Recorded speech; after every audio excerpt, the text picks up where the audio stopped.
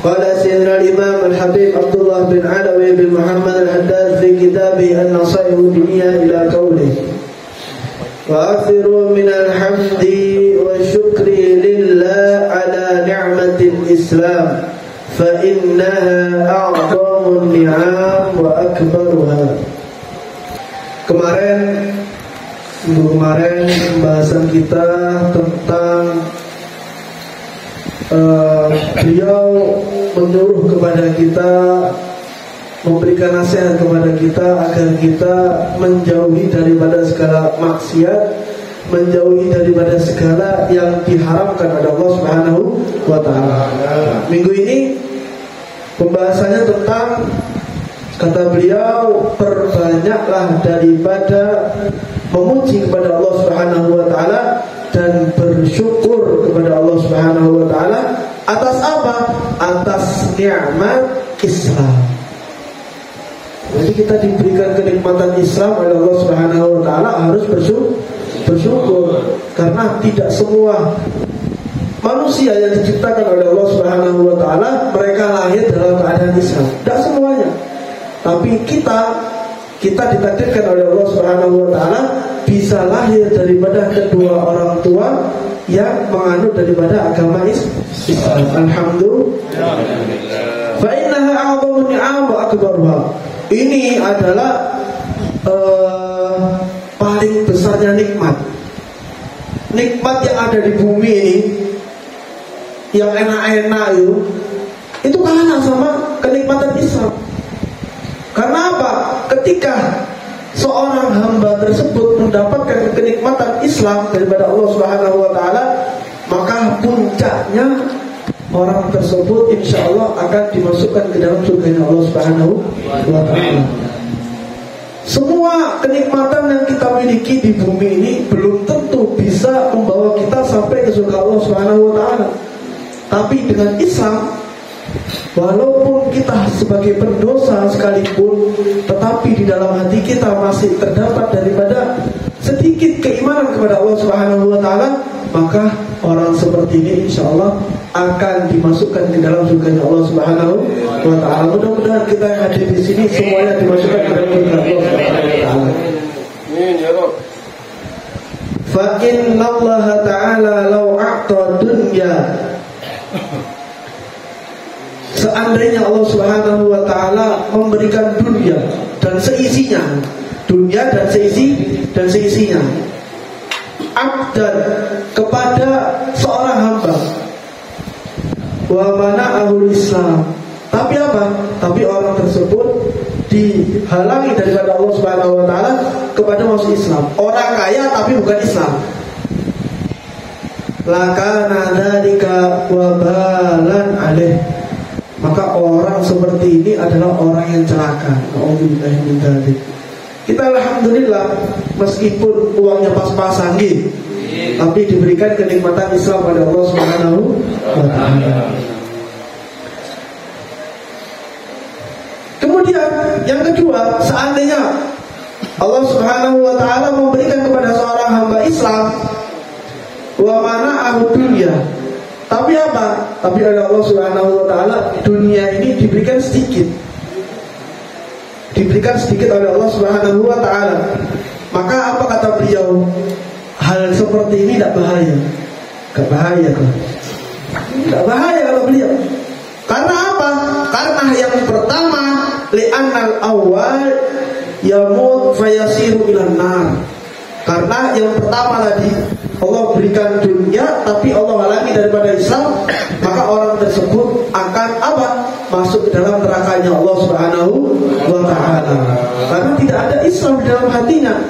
Orang-orang, kalau bahasa sekarang itu apa? Non-muslim, tak boleh ngomong kafir, kasar. Non-muslim, nonis. Kalau mereka, kalau kita lihat mereka itu apa? Kebanyakan kaya raya nih. Apalagi Cina-Cina, wah kaya raya. Tapi nanti ketika mereka meninggal dunia, apakah mereka akan dimasukkan ke dalam surga Allah? Tidak. Tidak ada sedikit daripada keislaman, meyakini daripada Allah Subhanahu wa ta'ala. maka dia akan dimasukkan ke dalam nerakanya Allah Subhanahu wa taala. Wa hadza tsani yamutu fayasiru ila jannah. Tetapi orang yang kedua, orang yang diberikan Islam oleh Allah Subhanahu wa taala tapi dikasih dunia sedikit, maka orang tersebut akan menjadi daripada penduduk surga. Jadi insya Allah mudah-mudahan yang ada di sini masuk ke surga ya Allah. Amin. Kalau dikasih pilihan, misal kita kasih pilihan, mau dunia dikasih banyak atau tidak masuk Islam, milih apa? Gak bisa jawab. Kalau saya beda, saya mau dunia dan mau Islam. Dua-duanya. Ya dunia ya Islam. Nah ini kenikmatan luar biasa sudah. Senang. Istri. Kalau kita mintanya seperti itu, dikasih kenikmatan Islam dan juga kenikmatan dunia. Kemudian beliau Habib Abdullah memberikan nasihat kepada kita. Wa alaika, dan harus atas kalian, hendaknya kalian alla tazala khaifan, harus atas kalian senantiasa takut min sau'il khatimah, daripada mati dalam keadaan su'ul khatimah. Di orang Islam itu tidak semuanya mereka mati dalam keadaan husnul khatimah. Bahkan banyak cerita orang Islam tapi matinya serem, medeni. Apa? Kena guna-guna misalkan, atau gara-gara penganut ilmu hitam akhirnya mati. Nah ini bukan husnul khatimah jadinya. Wes mati, tapi kenapa? Kena ilmu hitam, akhirnya apa? Di akhirat nanti akan dibalas oleh Allah Subhanahu wa taala. Nah, ini hati-hati. Kita oleh beliau selalu diperingatkan, selalu takut untuk mati dalam keadaan su'ul khatimah. Fa innallaha muqallibul qulub. Karena sesungguhnya Allah Subhanahu wa taala itu yang merubah daripada hati kita. Hati kita ini bisa berputar. Tidak seterusnya kita akan berbuat baik.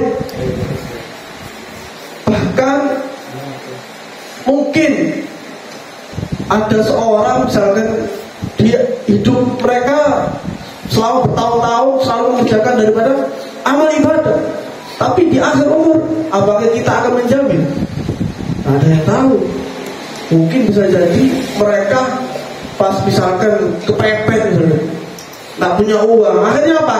Maling.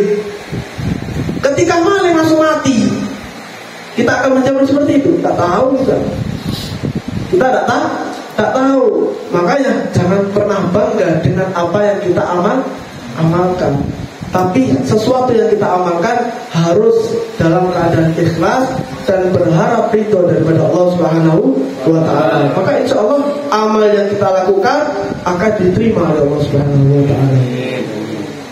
Yahdi man yasha wa yadhillu man yasha. Allah Subhanahu wa taala itu bisa memberikan hidayah kepada siapapun, dan juga bisa Allah Subhanahu wa taala memberikan jalan yang salah. Akhirnya apa? Sebagai ujian buat kita, dikasih ujian oleh Allah Subhanahu wa taala. Oh, diperhatinkan sedikit.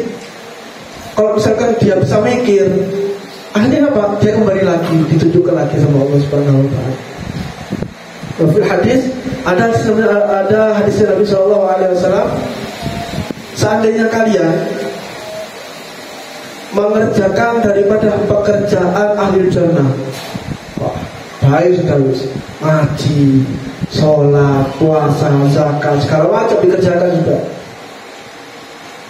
Kemudian sampai akhirnya antara dirimu dan surga itu dekat, hanya satu tiro itu segini.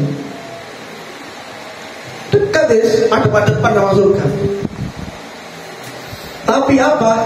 Tapi di dalam kitabnya Allah Subhanahu wa taala, engkau termasuk daripada ahli neraka. Akhirnya apa? Ketika kita hidup mengerjakan amal soleh, tapi di akhir umur kita diberikan sebuah amalan yang jelek. Dan seperti tadi contohnya, kita sholat luar biasa, ngaji segala macam, tapi di akhir umur maling misalnya, langsung mati, ketabrak bis misalnya, terus langsung suul khatimah. Jadi kita orang tidak ada yang tahu bagaimana amal kita. Bahkan ada satu kisah seorang guru yang soleh dan juga memiliki seorang murid yang soleh.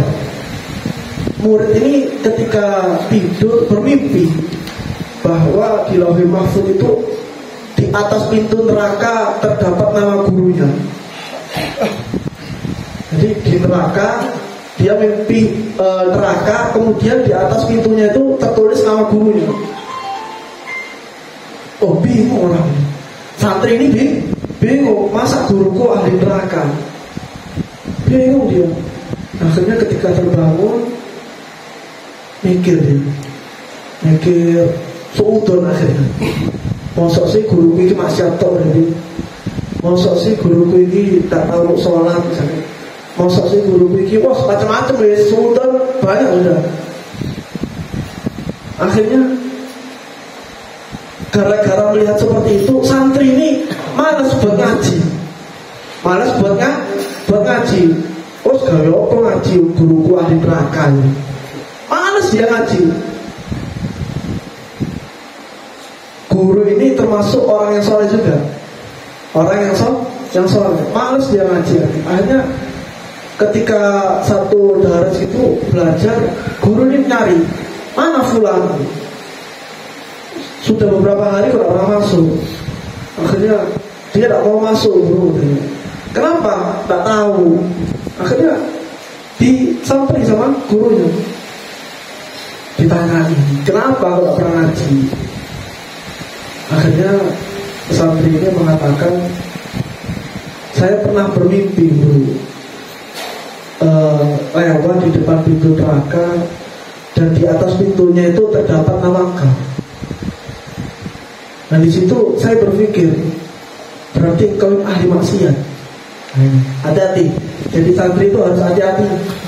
Jangan pernah seudon sama guru. Karena ketika kita seudon sama guru, maka tidak ada keberkahan di dalam ilmu kita. Seperti itu dia memikir. Akhirnya tersenyum guru tersebut. Kenapa kamu kok gara-gara nama saya di neraka, tapi kamu tidak mau ngaji? Karena saya tidak mau belajar dengan orang yang sesat. Gitu kan sama santri ini. Dia mengira gurunya masuk neraka ini gara-gara sesat.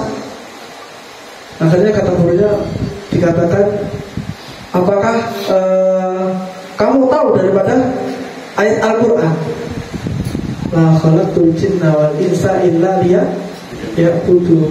Aku tidak ciptakan jin dan manusia kecuali untuk beribadah kepada aku. Sudah, tidak usah diurusi. Itu mimpimu, tidak usah kamu urusi sudah. Tugas kita di dunia ini hanya untuk beribadah.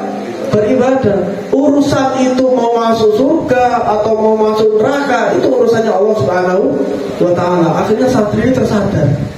Astagfirullahaladzim, ngebut dia, minta maaf sama guru.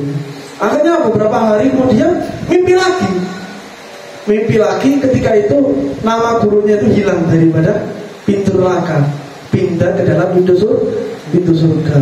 Jadi kita ini jangan mengira saya ini banyak maksiat, saya ini banyak minum minuman keras misalkan, saya banyak berzina, banyak judi misalkan.